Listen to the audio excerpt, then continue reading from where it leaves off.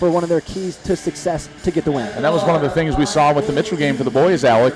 Mitchell comes in, an outstanding record, and the Bobcats get to halftime only down 4, obviously. Landry Wilson.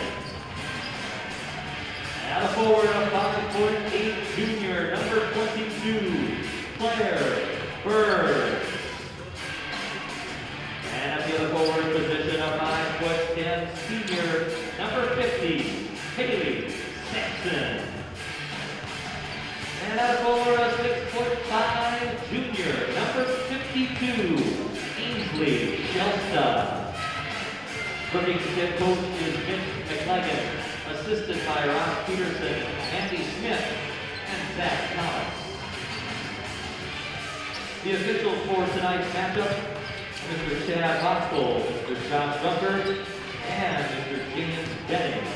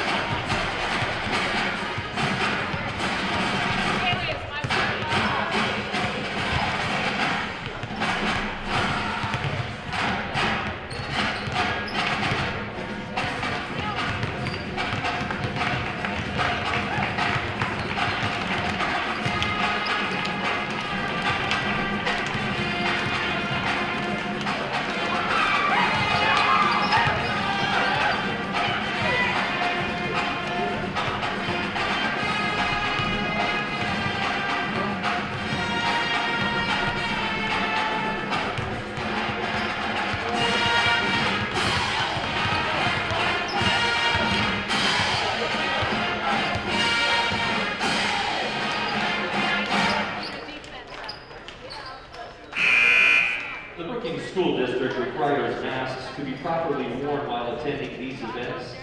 We thank you for your help and patience in this matter. Ladies and gentlemen, we now invite you to please stand and sing along. Move your hats and headgear. Veterans, you may salute as we honor America in the singing of our national anthem.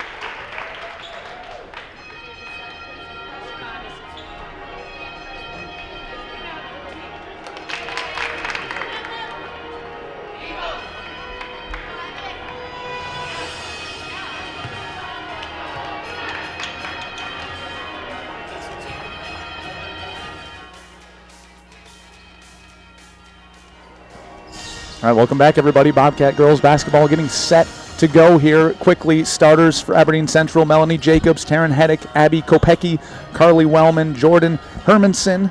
To round off those 5 for Brookings: Allie Clark, Landry Wilson, Claire Burns, Haley Sampson, and Ainsley Shelsta. Bobcats in their home white uniforms. Aberdeen Central in their away blues. Tip-off goes to the Bobcats. Alec, right away, quick 3-point shot from Sampson in the corner, and a quick start for the Bobcats, Alec. That's exactly what they needed, and even better than that 3-0 start, seeing a role player come up, make a big shot. Not Shelston, not Clark, or not Wilson, but it was Haley Sampson with a nice 3-point shot to give the Cats an early 3-0 lead. Bobcats opening defensive possession, going 2-3 zone, forcing a jump shot from Taryn Heddick. Gets that one to fall. Good shot from her.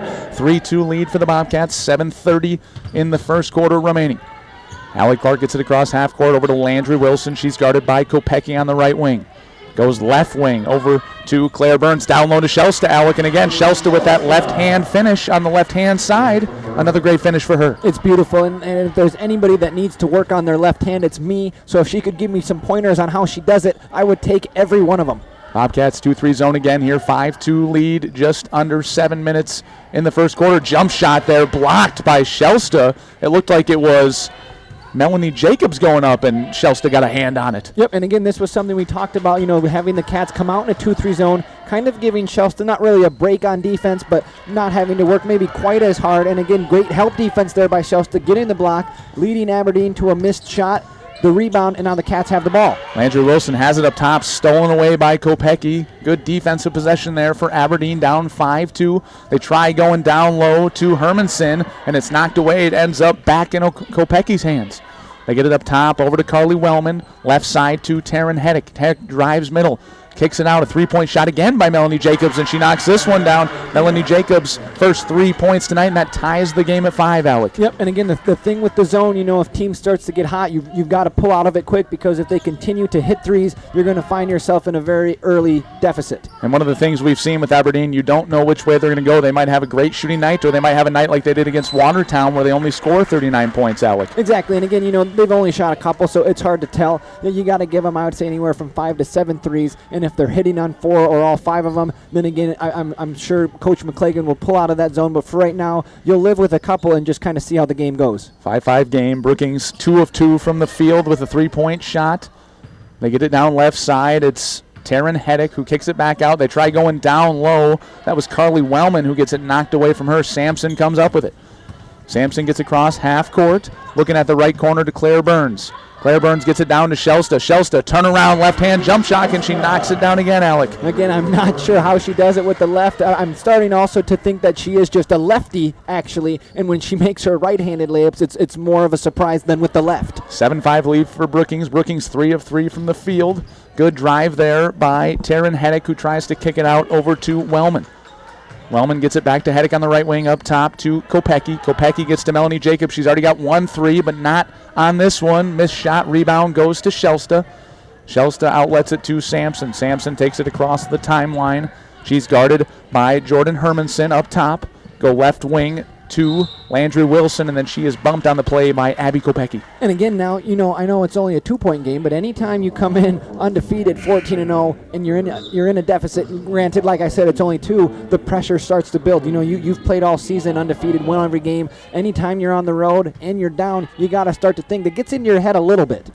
Kiana Munga checks in for the Golden Eagles. First minutes tonight. Landry Wilson goes up top to Sampson. Down low again, another left-handed shot. Tough finish there. Left hand off the glass by Shelsta. Shelsta's got 6 points tonight. The left is just remarkable right now. Like I said, not 1, not 2, but 3 left-handed layups. It's just a beautiful thing to watch. Shelsta with 6.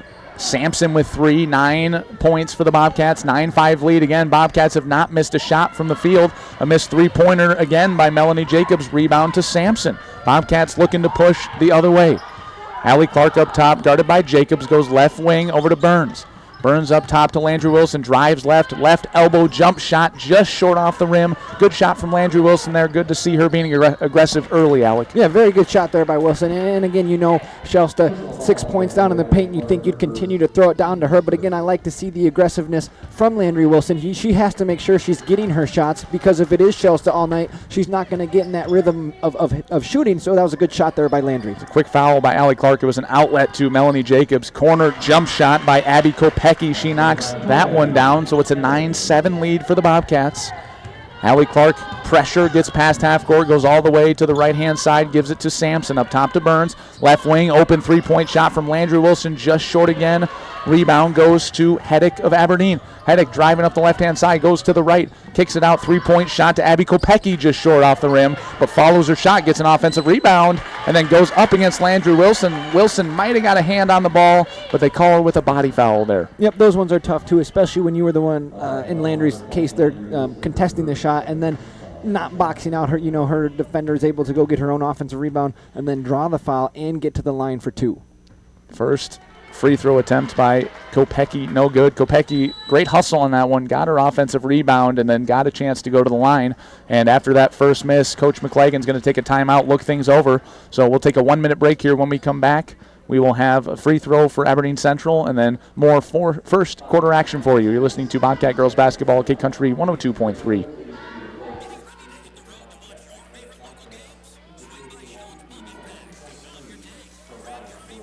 What do basketball, choir, drama club, and marching band all have in common? They're all high school activities that offer learning opportunities not necessarily found in the classroom. They take up just a fraction of a typical South Dakota high school's budget, and they go a long way to giving young people the tools they need to thrive. High school activities, they're more than extracurricular. They're extra important, too. This message presented by the South Dakota High School Activities Association and the South Dakota Interscholastic Athletic Administrators Association.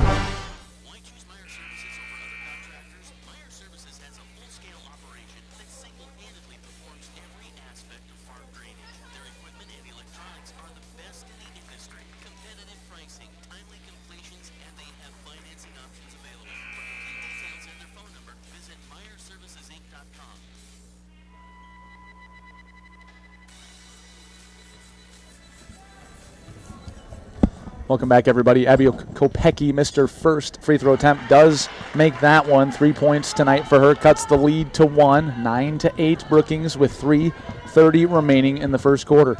Allie Clark guarded by Jacobs at the top of the key. Drives to the right-hand wing, trying to get it to Landry Wilson at the free throw line. She does. Goes corner. Trapped out there. Skip pass over to Burns. Back to Landry Wilson up top. Sampson, right-hand corner, gets a ball screen.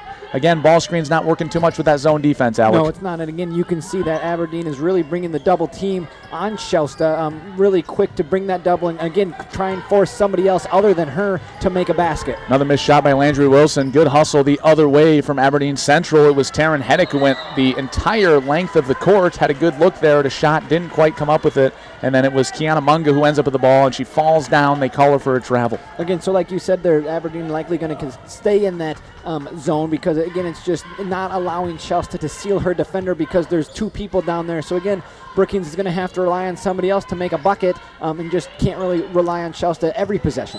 Claire Burns, good idea there. Tries going over the top to Shasta, just out of her reach, tips it out of bounds. Again, Shasta on the left-hand side, Alec. Yeah, again, I don't think I've seen her anywhere near the right-hand side tonight. But, again, why would you when your left hand's been so dominant? So, again, I'll be curious to see if she ever does make her way over to the right side or if the game plan is to kind of just keep her over on that left block. Hermanson checks back in for the Golden Eagles. Melanie Jacobs running the offense from the right-hand wing, guarded by Allie Clark.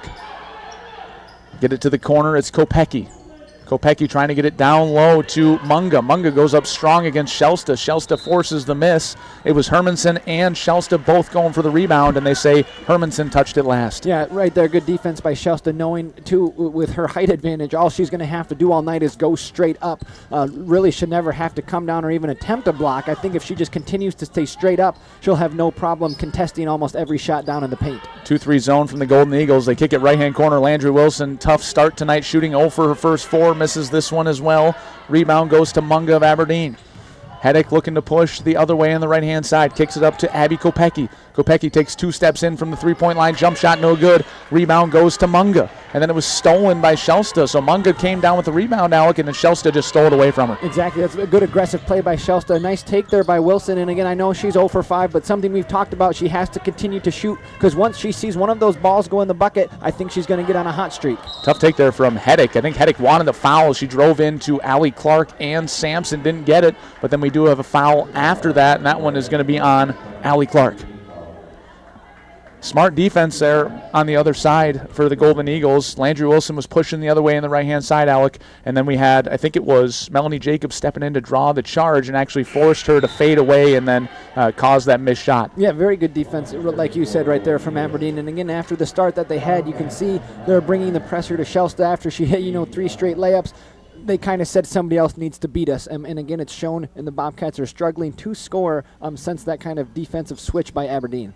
Hermanson misses both free throws as Ostreim and Devine check in for the Bobcats, and Carly Wellman checks in for the Golden Eagles. Ostreim sets up the offense, goes left wing to Claire Burns. Left corner, Sampson goes down low to Shelsta. Quick three-point shot there from Jaden Devine, just long. So again, a freshman player being aggressive right away. Not a bad shot there from her, Alec Johnson. No, it was not. And again, nice to see her shoot the ball. Anytime a freshman comes in, you think they might have those jitters, and you just really look to pass. But again, that was an open look. And I know the Bobcats are struggling from beyond the arc. But again, once you see a couple of them fall, it's going to help you out, and it's going to continue to give you that confidence to want to keep shooting. Bobcats quick start to the quarter, been stuck at 9 for a couple minutes now. Again, 6 points from Shelsta, and then that lone three-pointer from Sampson. Right-hand side, they kick it over to Abby Kopecky, and then Sampson steps in, and Kopecky gets fouled on the way there. So a good defensive stop there from the Bobcats, just what they needed towards the later stages of this first quarter, Alec. Yeah, great defense there from Haley Sampson to get the steal. Again, like you said, they need a bucket right now. Again, it's great that they have the lead, but they have been stuck on 9 for a while. It seems like they've gone into a very cold slump, so hopefully they can get a bucket here on this possession and continue to maintain the lead. Started 3 of 3 from the field, now 4 of 10 of the Bobcats. Cameron Bain checks in for the Golden Eagles. They try and get an entry pass to Sampson, and it's knocked away, and I think it was Bain who came up with it. So they get it up top to Taryn Hedek. We're under a minute here, 40 seconds, 9-8 lead for the Bobcats. Up top, that's Hedek guarded by Ostreim. They get it down low, back out to Melanie Jacobs. Jacobs continuing to shoot the 3 tonight. She gets her second one of the evening, Alex, so 6 points for her, and that's a 2-point lead for the Golden Eagles. It was, exactly, and again, their second three-pointer of the quarter. So again, you can't be too concerned with Brookings staying in that 2-3 zone. On the other side, though, they got to make better passes, because like you said, it is hard to throw it into Shelsta when you're in that zone. You've got 3 defenders down low, and they've continued to do that the last few possessions, and it's resulted in turnovers or just poor passes. So again, if you're going to throw it down low to Shelsta, she's really got to have her defenders sealed, which just hasn't been the case, and that has led to these poor passes by the Bobcats. Hermanson doing a good job there, being undermatched with Shelsta, knocked it out of bounds on the entry pass. So 11 seconds on the nose here for the Bobcats. Still can get a good shot. They get it into Sampson right away. Quick jump shot from the block. No good off the backboard, and then Shelsta gets an offensive rebound, and she's fouled, and I think this one's going to be on the ground, Alec. It looks like it. So again, the Bobcats another opportunity here with a out-of-bounds play. See if they can get a nice little layup. Only 8 seconds left, so you would hope that you can get a layup in a quick shot, because again, if they're going to have to reset and then kind of force up a shot, so hopefully they can draw something up here for a layup to tie it at 11. Grace Cook checks back in, down to 5 seconds. They get it to Shelsta. Shelsta finally on the right-hand side, can't get that one to go, goes up right hand again, and then she's fouled on her own shot, Alec. Yep, something we had talked about before the game. Aberdeen's going to have to work hard on boxing her out, because again, if they don't have anybody boxing her out, she's going to be able to stand there and just keep getting her own offensive rebounds. But like I said, she went from the right side that time and missed it. She's got to stay on the left.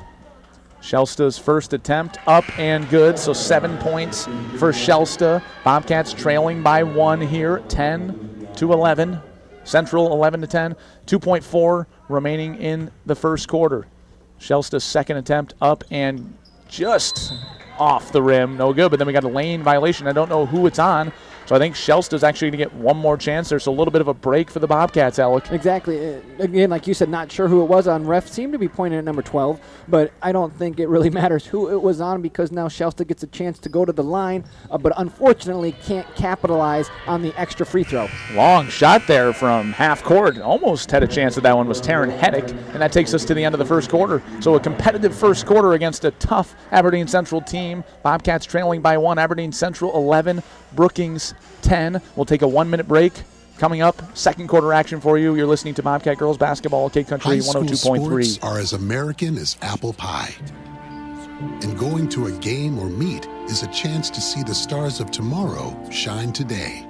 But as anybody who's ever attended a high school sporting event in South Dakota knows, you can't have the stars without the stripes. High schools are currently looking for new officials in almost every sport. Who looks good in stripes? Anybody looking for a way to stay connected to a sport they love. If you like the idea of giving back to your community while earning a few extra bucks, chances are you'd look good in stripes too. We want to hear from you. We need to hear from you. No officials means no games. No stripes means no stars. And what kind of America would that be? South Dakota needs more high school officials. Go to highschoolofficials.com to sign up or learn more. That's highschoolofficials.com. Welcome back here, getting ready for the second quarter to begin. It'll be Aberdeen Central ball. First quarter, Melanie Jacobs, 6 points, the lone 2 3-point shots for the Golden Eagles, Alec. Yep, and again, surprisingly, like you had mentioned, Brookings started 3 for 3, came out shooting lights out, and then went 1 for their last 9, now sitting at 4 of 12, only shooting 33%. But again, I know they're not going to be upset, only down 1, 10 to 11. Jacobs takes another 3, does miss that one, and it's knocked out of bounds. Fun stat for you, Melanie Jacobs, one of 5 Class AA girls for cross country, Alec, to ever finish in the top 25 all 6 years of eligibility. So we're talking 7th grade to 12th grade. And, of course, we're going to thank Mr. Grunhagen for that fun statistic. Only Ellie Abraham has done this with the best all-time, with 6th place being her lowest finish. Exactly. I mean, I was more amazed that they were in cross-country for that long, 6 years, let alone finishing, that high at state. So props to them for just an amazing feat. Because, like I said, I think I lasted 1 year in cross-country before I hung up my running shoes. So it just shows the testament of athleticism by Melanie Jacobs of Aberdeen. Long pass over the top, trying to get it to Kiana Munga, throwing it overhead, Alec, and it's going to be Bobcat ball here. Again, that's good defense by the Bobcats. Aberdeen only had a couple turnovers in the first quarter, so to see the Bobcats force one right there this early on helps. And again, Aberdeen also in a little bit of a shooting slump, only 4 of 13 from the field, 31%. So again, with the shooting from both teams, we might see a low-scoring game tonight. Osterheim takes her first shot of the night, just in and out on the three-point shot. Sampson comes up with the rebound, and it's knocked away by Heddick of Aberdeen Central. Heddick pushes down the left-hand side, guarded by Landry Wilson, up top to Melanie Jacobs. Cuts, gives it back to Heddick, top of the key. Jacobs, left wing, got to be careful. She will shoot the 3 ball, has already made 2 on the evening. Left side, they get it down low. I believe that was Grace Cook down low. They kick it back out to Taryn Heddick on the right wing. Down to 10-second shot clock. Another 3-point shot by Jacobs couldn't make that one. And then rebound goes to Shelsta. So again, Aberdeen Central showing they're not afraid to shoot the 3 tonight, Alec. Exactly, and again, they also got an offensive rebound there. That's something we talked about, too, with the Bobcats against Lincoln. They had 17 offensive rebounds, I think it was, in that first half, and we questioned would the Bobcats come out of it, but they didn't because of the poor shooting slump. So, again, if Brookings is going to stay in this zone, they've got to find somebody to box out. Another good shot by Landry Wilson. Again, just still not finding the bottom of the basket. So Aberdeen takes over on the other end. Up top, it's Carly Wellman guarded by Claire Burns. They get it to the elbow to Grace Cook. Cook goes left side over to Wellman. Wellman goes down low, back to Grace Cook. Good give and go there, and then she's fouled on the shot by Sampson. Yep, Sampson again unfortunately did have one arm there on the body of, like you said, Grace Cook, so was able to draw the foul. But still good defense. But unfortunately they called a foul, and again, that's nothing that I can control. Cook back to the line here. First one short off the front iron, so no good there. Still a 1-point lead for Aberdeen Central. We're under 6 minutes here. 11-10 is the score. Second one on the way is in and out, halfway down, and Shelsta comes up with the rebound. Good rebound there by Shelsta. Again, now a chance for the Bobcats to retake the lead here and get a little momentum as they've missed their last I believe it's been 10 shots, Alec. Exactly, and then a turnover there, so not even given an opportunity to score. Nice take all the way down there by Taryn Heddick, who's able to draw the foul on, I believe, Claire Burns, and she'll get to the line for 2. Claire Burns running in front of her, kind of had her back to her, needed to get turned around and just didn't turn quick enough. Not able to draw a charge there as she is called with the body foul. Heddick 2 points on the evening. 11-10 lead for Aberdeen Central. First one on the way is no good. So free throw shooting, both sides struggling. Bobcats only 1 of 2. They've only had 2 opportunities, but 1 of 7 now for the Golden Eagles as Cameron Bain checks in for Aberdeen. Exactly. You know, Coach McClagan's got to be very pleased with all of these Aberdeen misses because, again, like you had said, they're 1 of 7, but if they make, 4 or 5 more of those, that 1-point lead is up to a 5 or 6-point lead. So, again, it's nice that the Bobcats are only down 1 with how many shots they have missed. And then it was an offensive rebound. Munga came up with it, tried kicking it back out, and Ostreim stole it from her. So Bobcats, again, only down 1 here. It's been 11-10 for quite some time for the entirety of the quarter so far. And another chance for the Bobcats to try and take the lead. Landry Wilson goes down left baseline, and she ran into Kiana Munga, 5'11", the junior down there, got a body on her. So again, Landry Wilson staying aggressive, trying to get to the basket, willing that ball to get in the hoop, Alec. Exactly. Nice aggressive take there from Wilson. And again, Aberdeen Central sitting at 5 team fouls. So if you're the Bobcats, if you can continue to be aggressive, try and draw a couple more, you might find yourself in the bonus here with a lot of time left in the second quarter. They try lobbing it up. Shelsta did catch it up in the air. Her shot no good. Rebound goes to Aberdeen. It's Jacobs left wing, gets it up top to Taryn Heddick. She drives past Landry Wilson, gets through a couple Bobcat defenders, misses on the left side, and a rebound goes to Sampson of Brookings. Sampson outlets it to Landry Wilson, right wing. Looking at Claire Burns in the corner, trying to get it down to Shelsta. Now on the right-hand block, and Claire Burns, good call there. Claire Burns trying to look at Shelsta and Landry Wilson in the corner, and just took an extra step there. Yep, and again, the Bobcats, they've got to continue to take care of the ball the best they can, but they also need to see the ball go in the bucket. It seems like it's almost been an eternity since they've scored, but like we've said, I know they've got to be very pleased that they are still only down 1 point here. It's 11-10 with still 4:44 left to go in the second. Heddick in dangerous territory there. Goes baseline, caught between Ostreim and Shelsta gets in for a jump ball. Big size advantage. And finally, Allie Clark is back in the game, so a good rest for her. We'll see what she can do at the point guard position.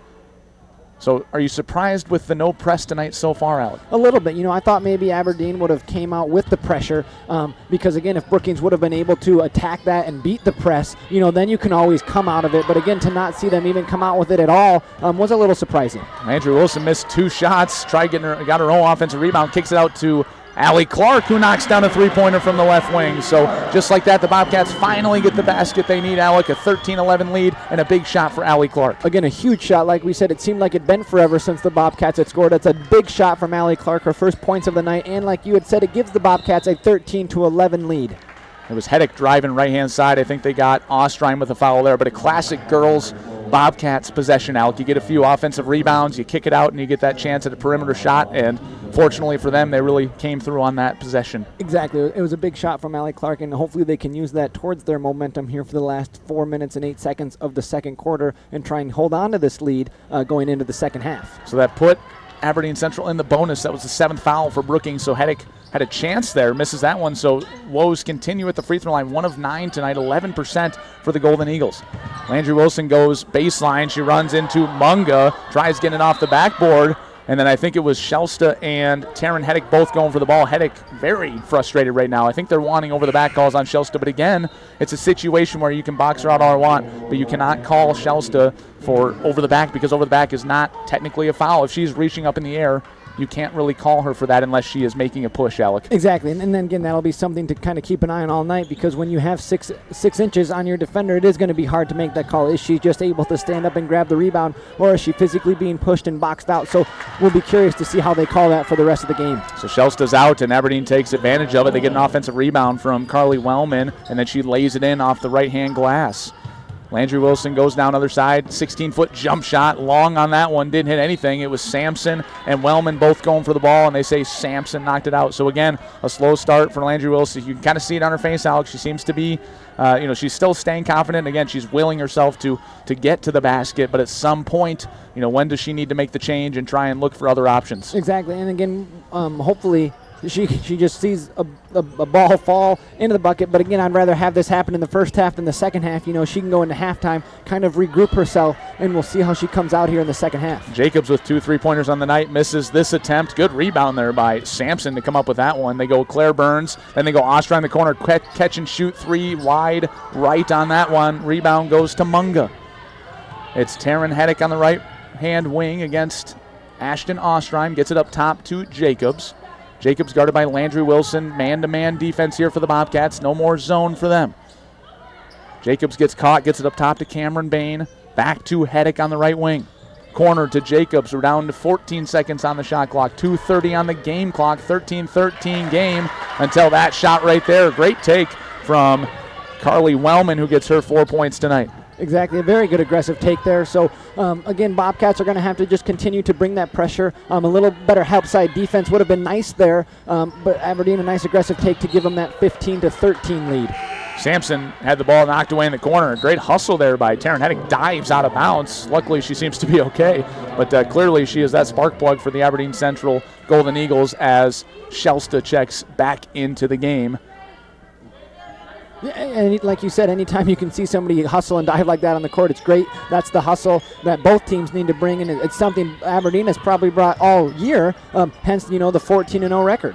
Good move by Sampson there. Thought about a three-pointer, wisely brought it in, took a good jump shot from about 14 feet, but missed just long. Great bounce pass by Jacobs, but Allie Clark ends up with it. I think she was going for Grace Cook down low, and it was knocked away by Clark.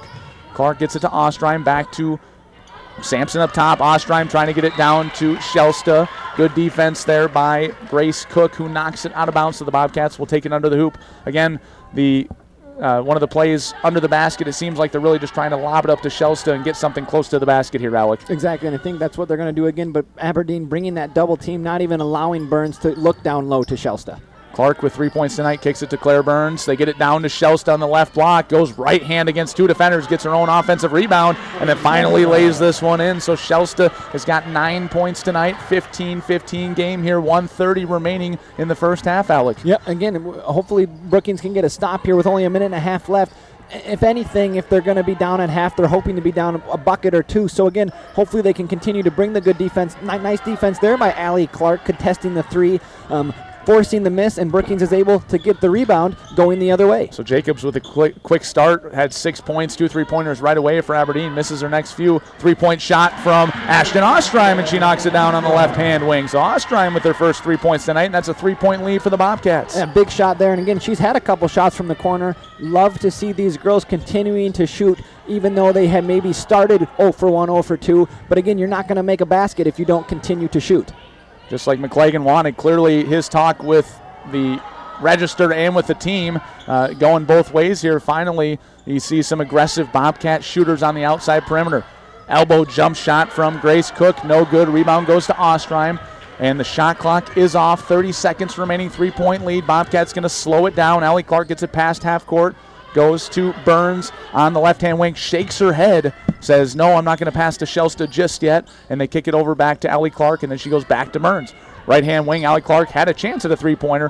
Ostreim's going to take one from the exact same spot, and she hits another one, 2 in a row for Ashton Ostreim, and now it's a 6-point lead under 10 seconds, Alec. Big shot from Ostreim. That must be her spot, hitting back-to-back threes, giving the Cats a 6-point lead. And it's up top, Taryn Heddick, long 3-point shot, just short. And what a first half by the Bobcat girls, flirting with a chance to stay in the game with these Aberdeen Central girls. 21-15 lead for the Bobcats at halftime. We'll take a 3-minute break. When we come back, we'll have our halftime show. You're listening to Andy Lee, Alec Johnson, Bobcat girls basketball, K-Country 102.3. I loved playing high school sports. I loved the competition, the camaraderie, the bands, the crowds, all the pageantry, and I wanted to keep playing. But I graduated. No colleges called, and neither did the pros. So, to stay close to the game I loved, I decided to become a high school official. You know, a referee. When I played high school sports, I learned the importance of integrity, good sportsmanship, and respect for the rules. Now, as a high school official, I get to help model these same values to others. Maybe the colleges and the pros didn't call, but the kids in South Dakota did. And now, I'm enjoying the competition, the camaraderie, the bands, the crowds, and all the pageantry of high school sports all over again. Interested in becoming a licensed high school official? Go to highschoolofficials.com to learn more and begin the application process.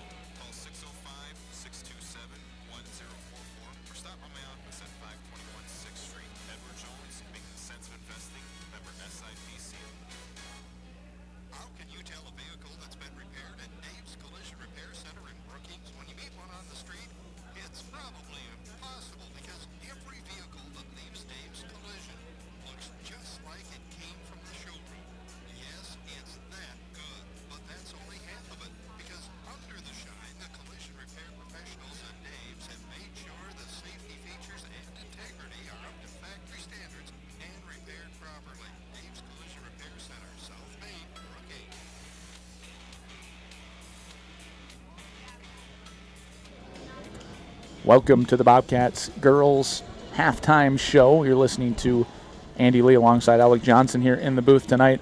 Quality first half of the Bobcats. Got a quick start, just like what we had mentioned. You know, they need to get going right away, get out of the blocks early, give themselves a chance, and so far they've done that tonight, Alec. Yeah, I think everything that we talked about before the game that the Bobcats needed to do to stay in the game, even give themselves a lead, is what they've done. You know, they came out, they've done an excellent job rebounding, 21 rebounds to Aberdeen's 20, so that's been an even battle.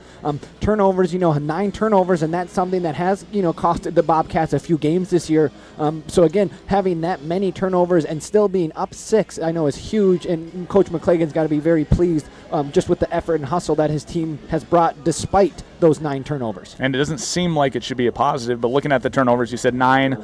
You have 5 steals from Aberdeen. So again, it doesn't seem like it should be a good thing, but it's nice to see that those turnovers are at least coming from the defensive side. You're not seeing those bad passes or seeing all those travel calls that the Bobcats can definitely get into when they start getting pressured, Alec. For sure. And again, like we also had talked about before the game, kind of surprised Aberdeen didn't bring that full court press just to see what it would do to the Bobcats. So now that they find themselves down 6 here at halftime, I would be shocked maybe if they didn't come out to start the third with that full court pressure. Looking quarter by quarter, Aberdeen had the lead after the first, 11-10, and then a great second quarter by the Bobcats, outscoring them 11-4, Alex. So really big scoring coming from Ashton Ostrom. We talked about her before the game, those 2 3-point shots she had in the second quarter, huge for the Bobcats. Looking at their scoring, Ostrom was 6, 3 from Allie Clark, 9 from Shelsta, and then 3 from Haley Sampson. So again, we've got 4 scorers, and one of them's not Landry Wilson. Again, a struggle for her in the first half, but like we've seen, expect her to come out strong in the second half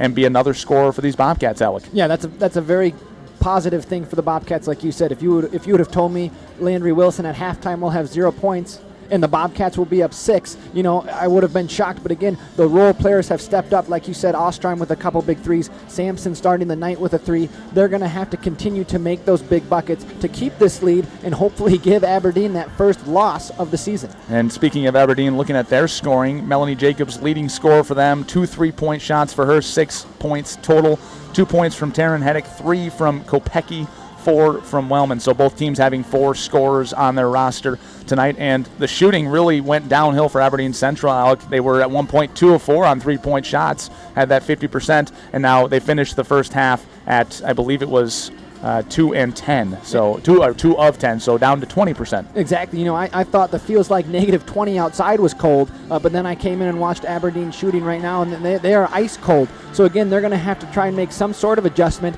And again, a lot of those though are at the free throw line. Those are free throws that you just have to make.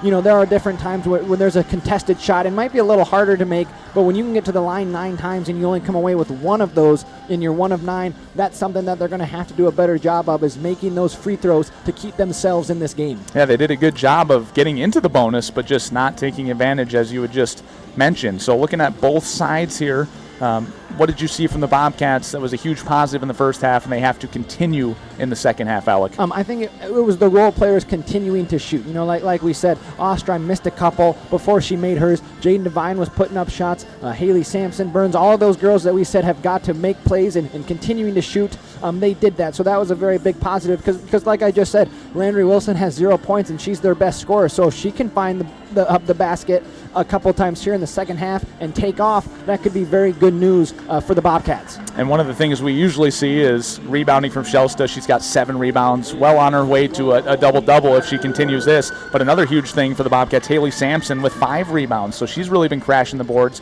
and taking over while Shelsta's got some rest tonight on the bench. Yep, and again, like you had just said, giving Shelsta a rest I think is huge. We've seen multiple times, you know, at this point in the game, she'd probably be sitting at 16 minutes playing every single second. And again, I know 14 minutes and 24 seconds is still a lot, but it's not every minute. Giving her those nice breaks is huge. So that's been excellent effort and hustle from Haley Sampson, who's going to have to continue to do that here in the third and fourth quarter. So taking a look at some of the first half statistics here, largest leads for both sides, Aberdeen Central. Their largest lead was just 2 points, and again, we stuck at that 11-10 mark for about 3 to 4 minutes in the second quarter. Largest lead for Brookings is currently 6 points, 21-15. We had the score tied 3 times, and we've had 4 lead changes. So again, expect to see some back and forth basketball in there here in the second half, Alec. Yeah, I think so too, because like I said, wouldn't be surprised if Aberdeen brings some of that pressure. And again, if they are able to take the lead, how will Brookings respond? Because like I said, it might be a different response if Aberdeen came in at 8-8 or 7-9 and you knew you could hang with them. But any time a team undefeated comes in and they take that lead in the second half, is Brookings going to be able to compete and hold on and want to get that upset, or is the lead slowly going to slip away, and they find themselves down 15 or 20? All right, we'll take a 1-minute break here. When we come back, we'll have second half action for you. We'll give you a quick update on the boys game who traveled to Aberdeen tonight, and then we will begin our second half journey here on K Country 102.3 back in 1 minute.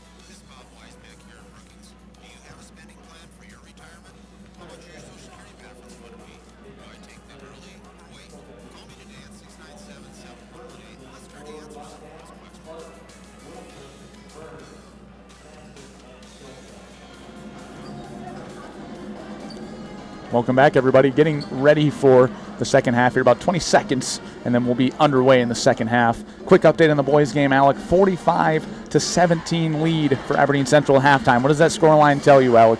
It tells me that the Bobcats might just be struggling offensively, and again, just based off the score, you're not sure if Aberdeen's come out in a press has caused a lot of turnovers, something that has happened to the boys quite a few games this year, or again, maybe Aberdeen has just come shooting lights out.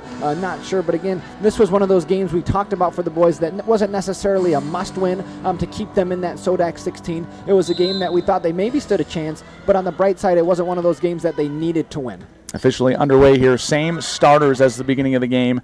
Aberdeen Central going Jacobs, Heddick, Kopecky, Wellman, Hermanson, Brookings, Clark, Wilson, Burns, Sampson, and Shelsta.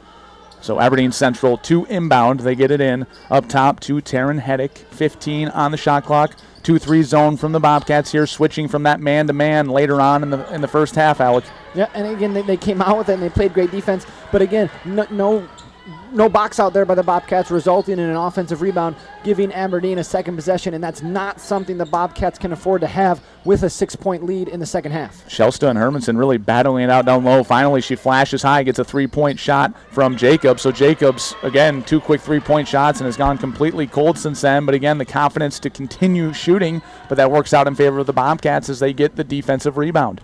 Clark guarded up top by Abby Kopecky. They go Sampson back to the left corner to Landry Wilson. Landry Wilson, good dump pass there to Shelsta, and Shelsta lays it in with that left hand again, Alec. Again, it gets better and better each time. Nice pass there, too, to get the ball to Shelsta, who puts in the left-handed layup, giving the Bobcats a 23-15 lead. 11 points for Shelsta tonight, 7 rebounds. Right-hand side, Abby Kopecky guarded by Burns. They go to the corner. That's Carly Wellman down there, back up top to Jacobs, the 3-point shooter. Right-hand side to Wellman. Up top, it's Abby Kopecky going in the middle of the lane. Good left-hand hook there. It was, I believe, Jordan Hermanson who went over the top of Shelsta, and they're going to call Shelsta with a foul on that one. That should be her second of the evening. And again, something we talked about in the first half, Shelsta's just got to go straight up. Right there, she did come down. You know, granted, she might not have hit her very hard on the arm, but when you have that size advantage, you just got to go straight up, and that alone will be enough much of a contest on the shot. Finally, a free throw does go in for Aberdeen Central, so a 23-16 lead for the Bobcats. Second attempt is up and good, so Hermanson gets her first 2 points of the night, makes both of them, and they will inbound it to Landry Wilson, who goes back to Claire Burns. A little bit more pressure there from Aberdeen. Again, we expect to see some of that, maybe more this second half, Alec. Yep, and again, I thought they would have brought a little more pressure there, but right there they picked him up as soon as they crossed half court, resulting in a turnover travel right there by Landry Wilson. So Landry still being aggressive, maybe just went a little too far there and kind of bumped into it. I actually thought they were going to call her for an offensive foul, so not a terrible turn of events there for the Bobcats. Still a 23-17 lead, 6:10 remaining here, and they leave a wide open Abby Kopecky, who misses from just above the elbow, but then an offensive rebound, and it's Jacobs who comes up with it. So Kopecky's going to shoot again, this time from the free throw line, and she knocks this one down. So 5 points for Kopecky tonight and a 23-19 lead. The lead shrinking for the Bobcats, Alec. Yep, can't stress it enough. You got to limit the offensive rebounds. Obviously, you don't ever want to have them in general, but the last 2 possessions has resulted in offensive rebounds, which have resulted in Aberdeen getting to the line for a couple free throws, and then another bucket right there to cut the lead to 4. And then Allie Clark had a good look at a 3-point shot, thought it was going to go in, but a rebound goes to Shelsta, and good defense there from Abby Kopecky to force the miss, and I think Shelsta touched it last. So Aberdeen, this is just the start they wanted to the second half. Jacobs up top, guarded by Allie Clark, goes left side. It's Abby Kopecky guarded by Claire Burns, trying to get it down to Shelsta. Back out to Jacobs, continuing to shoot the 3, does knock this one down, so it's a 1-point game. 3-point shot by Jacobs is good, 23-22, 5:15 remaining. Quick start for the Aberdeen Central Golden Eagles, Alec. Yep, exactly. This is what they needed, and this is exactly what Brookings didn't want. Not only, are they on this run, but Brookings has got to, hopefully get another bucket to try and continue to keep the lead. Nice pass there from Clark down to Shelsta, who's able to put it in with the right hand this time, bringing that lead back up to 3, 25-22. So zone defense here. It was Golden Eagles trying to push Shelsta out of there, but Shelsta just too tall to go over the top. And for the Bobcats here, you got to get those defensive rebounds. Like you said, the tallest player for Aberdeen right now is Hermanson, 5'9". You've got a 6'5" Shelsta down there, Alec. Yeah, exactly. And again, they got to continue to bring that pressure. And you might see Aberdeen continuing to attack Shelsta down low, sitting at 2 fouls. They want to get her into foul trouble, but instead they go for a 3-pointer there. Wasn't able to connect, and a nice rebound, a much-needed rebound by the Bobcats. So missed there, 8 of 30 on the night for the Golden Eagles, continuing to shoot the 3 ball. Landry stuck in the corner, gets it back out to Burns, who goes Landry corner again. 3-point shot from her, just short. Looked good off the hand. I think she thought she had that one, but a rebound goes to Kopecky of Aberdeen Central, and Heddick's going to push the entire length of the floor. And then it was Sampson clearly there in front of the referee, reaches down and hits Heddick on the arm. So Heddick's going to have 2 shots, Alec. Yep, and again, they struggled from the line the first half. But this is the second half. They already started, hitting a couple. So the last thing the Bobcats need is to continue to get Aberdeen to the line if they also continue to stay hot. First one is no good from Heddick. So checking in for Brookings. Ostrheim coming in. Kiana Munga coming in for the Aberdeen Central Golden Eagles. Quick update on the boys' game. Third quarter, there are about 3 minutes left. Aberdeen up 57-31. So a better job by the boys in the second half, Alec. They were down 45-17 at half, so only 12 points given up, and they've scored 14 themselves. Exactly, and that's something the boys are going to have to continue to do. We've talked about it all year with them having to play 4 quarters. It seems like they're having a much better second half, but I know they wish they could go back and maybe start that way, which is something they just can't do. Miss on the second one. Shelston gets her 9th rebound. Poor entry pass there from Sampson. It was Munga who knocked it away, and Jacobs comes up with it. Jacobs goes right wing. She was going to Abby Kopecky, who was not looking. They throw it off her left shoulder, and another quick break there for the Bobcats. They needed that one, Alec. They do. Anytime you can force Aberdeen to turn the ball over, giving you the ball back with a lead is huge for the Bobcats. So let's see if they can build on this 3-point lead. Tough defense there. Taryn Heddick really getting into Ashton Ostreim, who was just past the center line, knocks her to the ground. Ostreim seems to be okay. It looked like she landed pretty hard on that hip there, but they'll keep her in the game. So game plan for Brookings, get it to the corners, get an entry pass to Shelston with this zone defense. They just got to be careful on that entry pass. They're going to get a ball screen this time from Shelston. Good roll by her. Had her wide open on the screen and roll there, and it was Claire Burns who just didn't see her. They passed to the right side. It was off of Allie Clark's hand, out of bounds, Alec. Yeah, great screen there from Shelston. Again, hopefully Coach McClagan and even Clark saw how open Shelston was on that roll. That's going to be something they're probably going to have to continue to do, is that pick and roll if Aberdeen stays in that 2-3 zone. So it's a 3-point lead for Brookings. Still a 3-point lead as Jacobs missed that one, but a long rebound goes to Taryn Heddick. It's 25-22, 3:15 remaining. Jump shot just short of the free throw line. That was Abby Kopecky. And then another strong play by Ashton Ostreim to come up with the rebound there, and she's fouled again, Alec. Yep, and again, Brookings pleased that they're up 3, but think how more pleased they would be if they would hold Aberdeen to just 1 possession on offense. Again, another offensive rebound there. And like we've said all year, that's the hardest part of a 2-3 zone, is you don't really have somebody that you are guarding. So it is a lot harder to find somebody to box out. But again, the Bobcats have just got to find somebody in that 2-3 zone to box out and limit Aberdeen to those offensive rebounds. Aberdeen sacrificing some size here. Munga checks back out. It's Hermanson who comes back in, so a 5'9". They're going to have the 5'9" Hermanson going up against Shelston, and that's going to be a tough job for her as they call her for a foul as soon as she checks in. And now it looks like Kiana Munga is already back in, so one of the quickest substitutions I've ever seen with a 2-way switch there, Alec. Yep, and again, like you had said, that quick foul is having Aberdeen bringing in the height. But if the Bobcats can continue to do that, draw those quick fouls, if they can find themselves in the bonus, I know that would be huge. In and out 3-pointer there from Allie Clark. Heddick takes it the other way. That was 3 fouls on Hermanson, so that's why they subbed her out super quick there. Up top to Jacobs. She goes left wing over to Kopecky. Back up top to Heddick. She's guarded by Allie Clark. Man-to-man defense here from the Bobcats. Goes down low to Munga.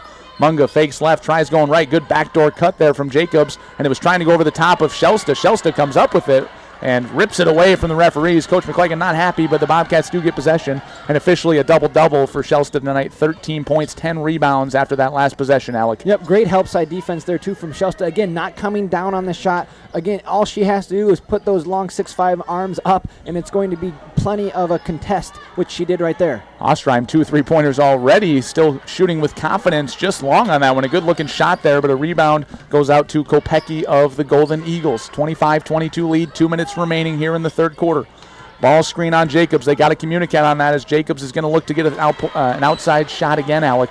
Nice help side defense again from Shelston. Almost got lost on that pick and roll. Was able to drop back, reach out, tip the ball out of bounds, giving it to Aberdeen on the far side underneath the hoop. Expect a lot of ball screens on Jacobs. Jacobs got a great screen there, and it was Allie Clark who tried going underneath and just got pinned away from her. And that's just something that cannot happen for the Bobcats going forward, because whether Jacobs is going to make the shot or not, she's going to continue to shoot. So we got a stack set left sideline. They get it into Jacobs, guarded by Allie Clark. Good defense here by Clark, keeping her up top away from the lane. Abby Kopecky goes right hand baseline. Good jump shot, just short over Shelston. Rebound to Claire Burns. So another good defensive possession here. 1:35 remaining in the third quarter. 25-22 lead for the Bobcats. Ball gets tipped away. They get it to Landry Wilson. Back to Allie Clark up top. Looks like man-to-man defense from the Golden Eagles. Landry Wilson goes baseline again, trying to do a little too much. Slips out of her hands, and it's Jacobs who comes up with it. Jacobs goes left-hand side, gets a good handoff to Abby Kopecki, who goes strong into, I believe it was Ashton Ostreim there, and great defensive stop again for the Bobcats, Alec. Again, that was great defense right there. Ostreim was just straight up Aberdeen actually going into her, so nothing that they could do about that. Excellent defense by the Bobcats. Again, they got to get a bucket here, up 3 with only a minute to go in the third. Nice backdoor cut by Wilson, and that's what she needed right there. Her first bucket of the game, giving the Bobcats a 27-22 lead with 45 seconds to go in the third. Great draw-up play there by Coach McLagan. It was a bounce pass to Ostreim at the elbow and just a simple backdoor cut from Landry Wilson, and she got the easy layup right-hand side. Jacobs shooting a three-pointer, misses again. Good rebound by Munga, who had the positioning on Shelsta. Jump shot just inside the free throw line, up and good for Kopecki. So Kopecki, 7 points tonight, cuts the lead to 3, 27-24 Brookings. Under 30 seconds here, 20 remaining. Shot clock is off. So again, Bobcats trying to get one last shot. What's the game plan here, Alec? Hold it here for one last shot because you got to take the lead going into the fourth. Yep, they tried getting it to Shelsta, and it was Munga who knocked it away. So, something that we kind of expected. It was pretty obvious what the game plan is. Again, get it to the corner, try and get that entry pass to Shelsta so they can get that angle, but good defense by Munga to knock it out of bounds. So it's Sampson who will inbound. The box set. They lob it over the top to Landry Wilson. Thought about a three-pointer, didn't take it. Allie Clark thought about a three-pointer, didn't take it. Drives down baseline, gets stuck down there. We're down to 5 seconds. Landry goes baseline, a little bit of confidence from her. And then Shelsta somehow comes up with it, and she lays it in right before the buzzer. What a great play there by Shelsta. She ripped it away from an Aberdeen central defender and laid it in on the right-hand side. So at the end of 3 quarters, Alec, 29-24 Brookings. That is 15 points tonight for Shelsta. We'll be back in 1 minute. K Country 102.3. High school sports are as American as apple pie. And going to a game or meet is a chance to see the stars of tomorrow shine today. But as anybody who's ever attended a high school sporting event in South Dakota knows, you can't have the stars without the stripes. High schools are currently looking for new officials in almost every sport. Who looks good in stripes? Anybody looking for a way to stay connected to a sport they love. If you like the idea of giving back to your community while earning a few extra bucks, chances are you'd look good in stripes too. We want to hear from you. We need to hear from you. No officials means no games. No stripes means no stars. And what kind of America would that be? South Dakota needs more high school officials. Go to highschoolofficials.com to sign up or learn more. That's highschoolofficials.com.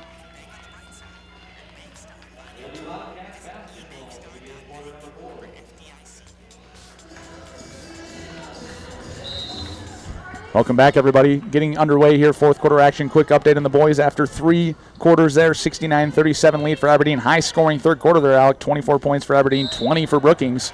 So just falling behind a little bit in that quarter, and they're really going to have to work hard in the fourth. They will, but again, on a positive note, a 20-point quarter is huge. That's just something like we had said they needed to maybe start the game. Instead, they found themselves down in too big of a hole. But again, you like to see them bringing all that effort and energy in the third and fourth quarter. They get a screen for Abby Kopecki just inside the three-point line. It banks off the glass and almost goes in, but in and out. Rebound goes to Allie Clark. So Bobcats trying to maintain the momentum here. Great finish to the third quarter, getting that layup from Shelsta at the buzzer. Had a chance the first possession, and then they had a travel call right away. So we'll see if they can redeem themselves on this one. Sampson gets to the free throw line, kicks it left wing over to Allie Clark. Good lob over the top, and it was trying to go to Shelsta, but then it was Heddick that was there. And hold on, they're going to talk about this one. From up here, it looked like Heddick had knocked it away from Shelsta. And I know 2 refs here are going to talk about it in the corner, and it looks like they're going to keep the same call. Wow. After a discussion, I thought for sure they were going to switch that one, Alec. But again, it looked like Heddick had knocked it out, but clearly they saw Shelsta had knocked it away. Maybe they just didn't have an angle on it. Maybe not. I disagree with the call, but I don't think I'm going to change their mind.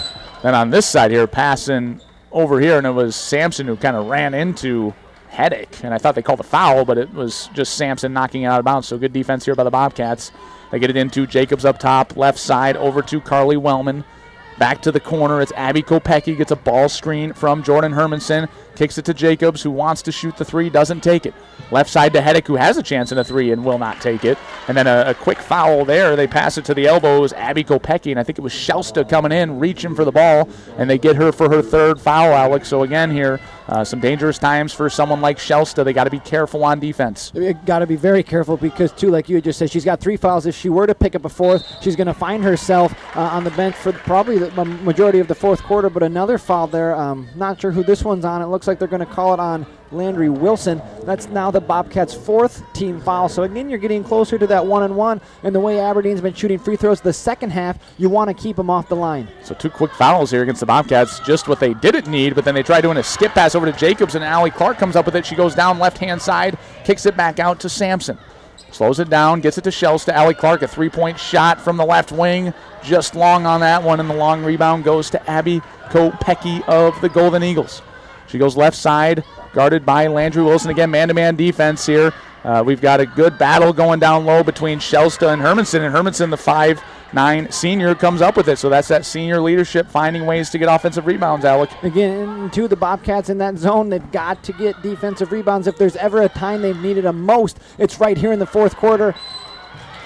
Good box out there by Ostra. I wasn't sure if they were going to call the foul or what, but she was able to box out and draw the foul. A much-needed defensive rebound, or should I say foul right there, in favor of the Bobcats. Osterheim getting some tough minutes tonight, and they're going to reward her with a break right now. Oh, no, but she is going to stay in, but it was, they're going to take out, it was Sampson. Sampson gets checked out. It's going to be Claire Burns checking in for her. So, again, yeah, Osterheim playing some tough minutes, drawing some fouls on the offensive side. So a big chance here for the Bobcats to extend that 5-point lead. 29-24, just under 6 remaining here in the game. Allie Clark trying to get a ball screen from Landry Wilson, doesn't use it. Kicks it back to Osterheim. We got a body on the floor. It was Jacobs, and then Osterheim, a tough shot from the elbow. A little bit too quick on the offensive shot there, I thought, for the Bobcats. Maybe could have had a better shot coming out of that possession, Alec. You took the words right out of my mouth. Again, you like the aggressive take from the Bobcats tonight, but now you got to see when you're up 5 points, which doesn't seem like a whole lot, but you're up 5 points, you got to really use the clock in your favor. Again, I like the shot from Osterheim, but I think that's something you can get with maybe 5 to 10 seconds left in the shot clock and not necessarily with 25 seconds left. And it was Hedek trying to go to Hermanson in the corner and just threw it out of bounds. I think they were looking for a backdoor cut, and she threw it where Hermanson would have been if she would have stayed in that position. So fortunately enough, the Bobcats get the ball back here. It's Osterheim, goes right-hand side to Landry Wilson. Right corner, Allie Clark, guarded by Jacobs, up top to Claire Burns. Goes left side to Osterheim. Good, takes a dribble and a jump stop. A very smooth shot there from Ashton Osterheim, and she's got 8 points tonight. So again, she had the pass there, a little too tough on defense where the Golden Eagles wisely stepped around, took a dribble. Good shot there from Ashton Osterheim. And exactly something we had just said too. The possession before, she thought she had shot it, and we said too quick. Look what happens there for the Bobcats. They have a much better time passing the ball. It leads to a much better open shot for Osterheim with only 10 seconds left on the shot clock as opposed to that 25. The Cats need to continue to do that, and you know, I like their chances. Now up 7 here in the fourth. 7, largest lead tonight for the Bobcats, and it couldn't come at a better time, Alec. We're about halfway through the fourth quarter here, so the Bobcats just need to bear down for a few minutes here, weather the storm from this pressure of the Golden Eagles tonight, Alec. And exactly, the pressure is going to keep coming. You know, you're down 7, you're 14-0. You've got to start causing turnovers. And again, if you don't cause turnovers, eventually you're going to have to put Brookings at the line in that 1-on-1, and you're not going to get there unless you're bringing pressure. So expect the pressure to continue to build, and Aberdeen's going to have to bring it for these last 5 minutes and 4 seconds. So they get it down low, and it's a block by Shelsta. They got it to Munga. Munga went right up against her, but then the Bobcats lose a handle on it, and it was Wellman of Aberdeen Central who came up with it. Up top, it's Jacobs, guarded by Landry Wilson. And then I think we have an offensive foul, and that one is going to be on Kiana Munga. I didn't see what happened there, Alec. Didn't have the angle. I don't know if she had pushed someone down low, but clearly it was down at the block. I'm sure her and Shelsta got caught up together. And actually, I was watching Munga going across to set a screen. She set an excellent screen on Burns, who didn't see it coming. So not many times, do I, agree with the call against Aberdeen, but that was I was confused on the call. Munga, I had set her feet and set a good screen, but at the same time, I'm not going to complain that it caused a turnover, giving the Bobcats the ball back. And right there, another foul on Aberdeen, which now has put Brookings, depending on the next Aberdeen foul, into the 1-1. So great minutes tonight. Ostreim gets a round of applause as she exits the game for for Sampson to come in, and then they somehow get it to Allie Clark. It was tipped away. She gets it to Landry Wilson in the corner.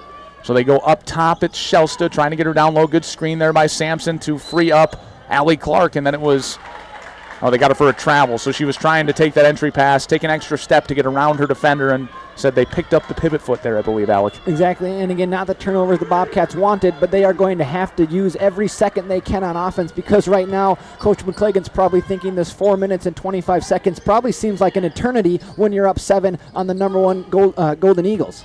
So Shelsta and Munga continuing to battle it out down low. Another missed three-point shot from Jacobs. Rebound to Shelsta. And we've got Mitch holding, Coach McClagan holding his hand up, slow down, run the offense here, get a good play in this next 25 seconds. Landry Wilson, we just talked about it, quick shot there. In and out, it looks good if she makes it, but the problem is we only took off about 6 seconds off the shot clock once they crossed half court, Alex. Exactly, and again, they're going to call it on, I believe, Shelsta, who looked straight up. Not only do I not agree with the call, but neither does Coach McClagan. Very upset with that.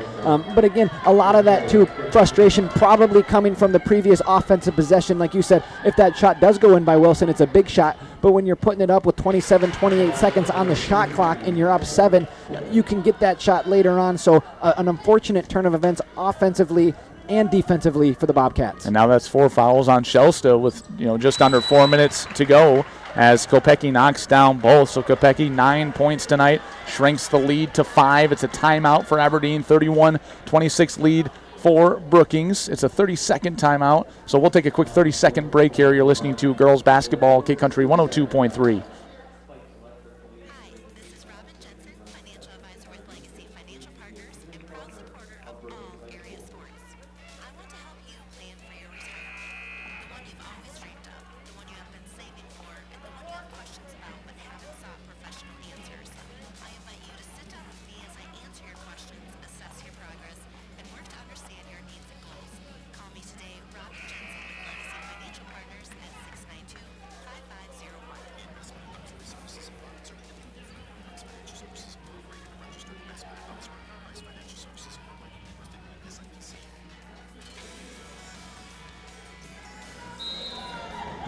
So 2 made free throws from Kopecky. Bobcats to inbound, 3:50 remaining in the game.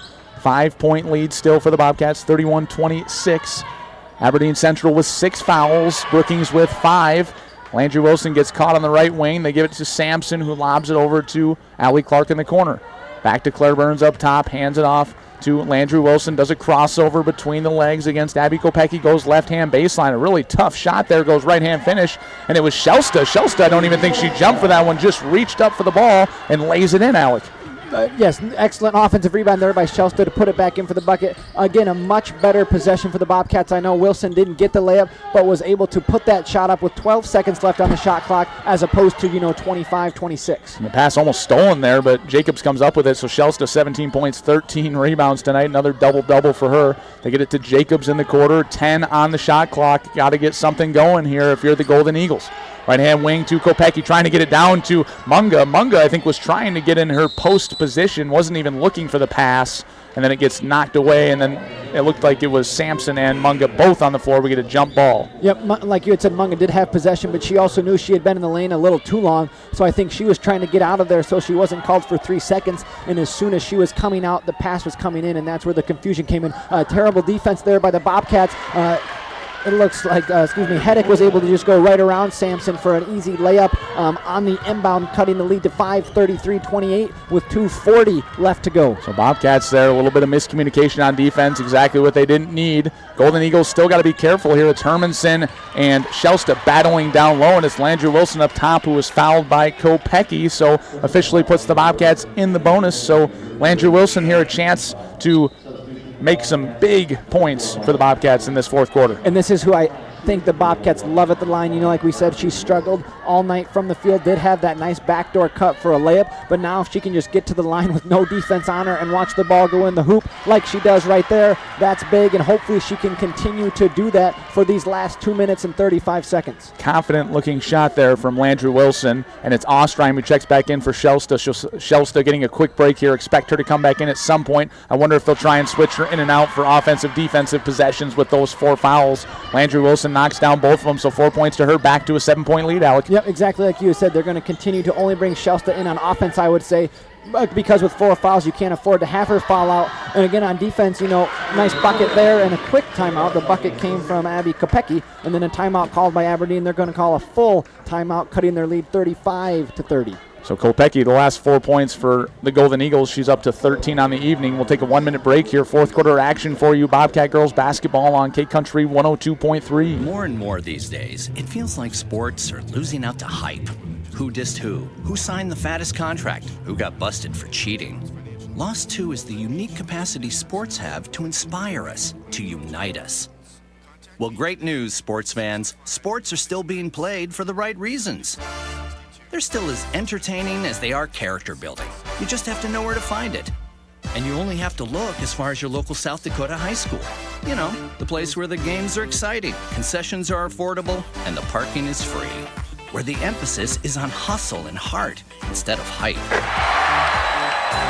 If you prefer real, honest-to-goodness sport played for all the right reasons, you'll find it at your hometown high school. High school sports. Games are being played this weekend at a South Dakota high school near you. Okay, everybody, who's in? This message presented by the South Dakota High School Activities Association and the South Dakota Interscholastic Athletic Administrators Association.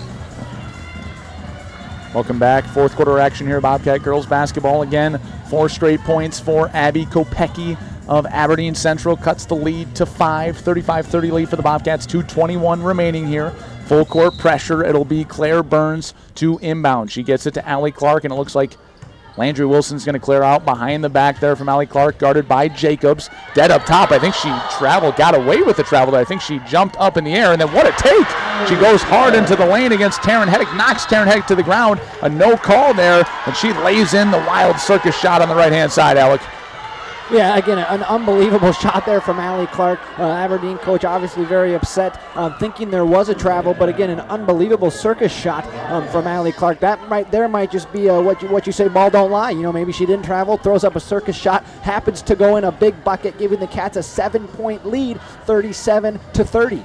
I'm gonna have to disagree with you there, Alec. The ball can lie sometimes. It did look like she maybe jumped up off the ground, but again, the calls have been going both ways tonight, and it just happened to be the scenario there. So not to always go against you, but I will go against you on that one. But the Bobcats make them pay. I mean, they still ran their offense. It was a good set play by the Bobcats. Aberdeen, you had a scenario there to get a stop, whether they traveled or not, and you didn't get the stop there. Exactly, and again, it's surprising to see Shelsta still in on defense. Coach McClagan had done a good job of putting her in only on offense. So, but again, with only 2 minutes left, you're going to need her down low in the paint. So if she does pick up her 5th foul, that's just the way it goes. But she's going to stay in on defense here for the last minute 50. Aberdeen trying to get Kopecki the ball. Another jump shot from the free throw line. Didn't get it, but an offensive rebound goes to Hermanson. So Hermanson only 2 points on the night, but getting a ton of rebounds on the offensive side. Long 3-point shot, just short. And then finally, it's Landry Wilson who aggressively takes the rebound. Almost got called for travel. I think she got rid of it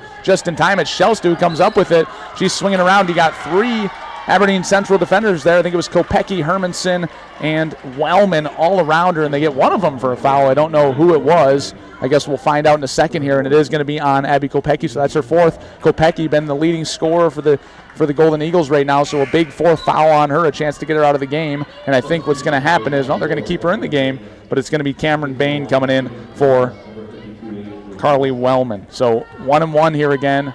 It's going to be Shelsta from the line. 37-30 lead, 1:32 remaining. First one is up, rattles in and down. So the first one good for Shelsta, largest lead of the night, up to 8 points, Alec. Exactly here. Defensively, the Bobcats got to get a rebound, and then you got to hold the ball. A minute 32 left. You've got 35 seconds on the shot clock. Shelsta there, you could see it right off the release. It was an air ball. I think it just came off a little wrong. But again, big first free throw there, and they do, like you said, take her out on defense. It's going to be Ostrheim back in. Yep, so again, a 3-possession game here, 8-point lead. Again, Bobcats have to get a stop, and not necessarily need a stop. Whatever happens, they've just got to slow down on the offensive end. Again, not sure who that one's on. Coach McClagan very upset. Seemed to be straight up. They're going to call it on Haley Sampson. Said she came down on it. That's going to put Abby Kopecki to the line for 2. Tough scenario there. I think she was straight up. She did come out pretty aggressive, really got into her, and that's one of those where it just seems like no matter what, that's the call that's going to be made. So Ostrheim back out. Shelsta predictably back in for an offensive possession, so she finds her way to the lane. Kopecki made the first, so she's up to 14 points tonight, 14 of the 31. Great evening for her. She's got 14, 4, and 6, a chance for 15 with this one. And it's up and good, nothing but net. So 15 points for Kopecki, 6-point lead for the Bobcats. 38-32, 1:23 remaining in the game. Trying to get it in. They finally do to Landry Wilson, who will take the point guard position. Trapped behind here, picked up her dribble, one of the things you just can't do as a guard player. And then I think we got a timeout from Coach McClagan. So scary moment for the Bobcats there. Coach McClagan showing off his experience, calling the timeout when they needed it, Alec. Yep, and again, he'll still have one left. But the scary thing is, too, once you run out of that final timeout and they're still bringing the press, you have to remember you obviously can't call another one or it results in a technical foul. But still, Bobcats have one timeout left. You just got to do a better job of keeping your dribble alive. And I know as soon as Landry picked up her dribble, you could just see it on her face. She knew she had messed up. But again, McClagan with the timeout, able to keep the ball and still hold on to this 6-point lead with a minute 15 left to go.